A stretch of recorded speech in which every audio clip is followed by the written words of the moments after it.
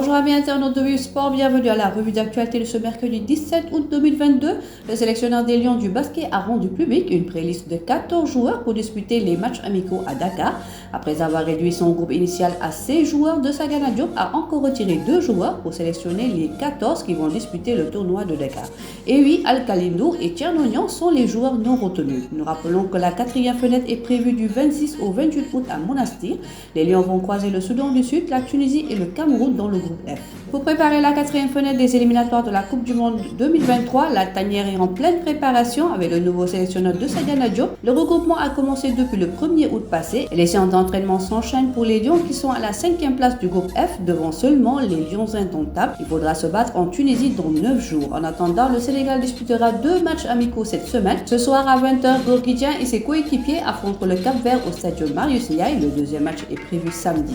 On s'envole vers la Turquie avec les Jeux de solidarité islamique à Konya. C'était une journée en bronze hier pour la délégation du Sénégal. En judo, elle a obtenu coup sur coup 2 nouvelles médailles de bronze dans la catégorie plus 78 kg chez les dames. C'est la championne Monica Sagna qui a pris le dessus sur Alias Aura du Yémen. Vainqueur du combat pour la 3e place, Monica Sagna remporte dans la foulée sa 20e médaille de sa carrière.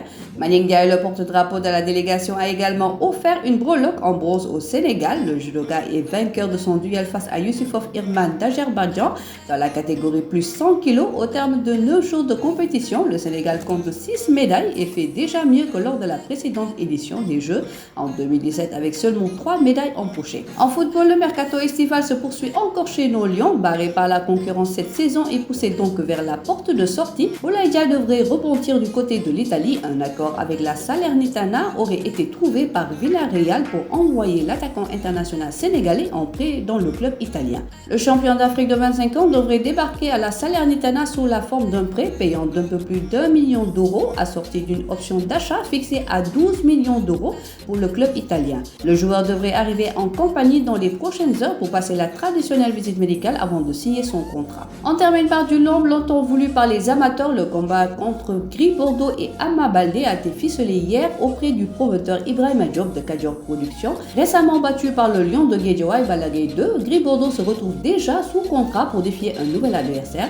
Le Tigre de Fass sera face pour la première fois à un lutteur de la jeune génération, une occasion pour le Fassois de regagner la sympathie de ses fans et inconditionnelle. Pour sa part, Ama Baldé, qui a récemment vu son combat contre Modulo tomber à l'eau suite à une blessure du roi des arènes, aura la chance de défier le chef de file de Fass. Confiant de la supériorité de son poulain, Bahoum, le manager de Solomondao, a montré toute sa sérénité lors de la signature du contrat. Aucune date a été retenue pour ce choc tant convoité par les Floridiolans.